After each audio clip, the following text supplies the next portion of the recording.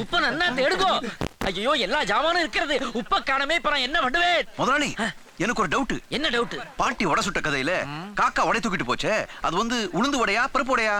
ஓட்ட வடை. நேக்கு பதுவா முக்கியம். நானே சால்ட்டா காணுமேன்னு டென்ஷன்ல இருக்கிறேன். நீ நான் அசால்ட்டா கேள்வி கேட்டுட்டு இருக்கேன்.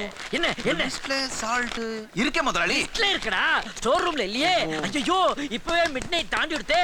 காலையில 6 மணிக்கெல்லாம் கொட்டிக்கிறதுக்கு வந்துருவாருங்களே. சால்ட் இல்லாம நான் எப்படிடா சமாளிப்பேன்? நீங்க கவலைப்படாதீங்க முதலாளி. கடை மூடி இருந்தாலும் கடைக்கு வெளியில உப்பு மூட்டை வச்சிருப்பாங்க. அலக்க தூக்கிட்டு வந்துருவோம். திருட சொல்றியா? You mean theft?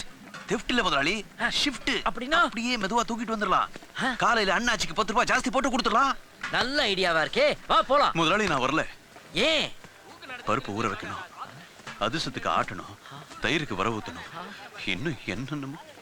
ராஜா, கடமை உணர்ச்சியில நீ என்ன காட்டிலையும் மிஞ்சிட்டப்பா, மிஞ்சிட்ட. நானே போறேன். அம்மா, ஐயா.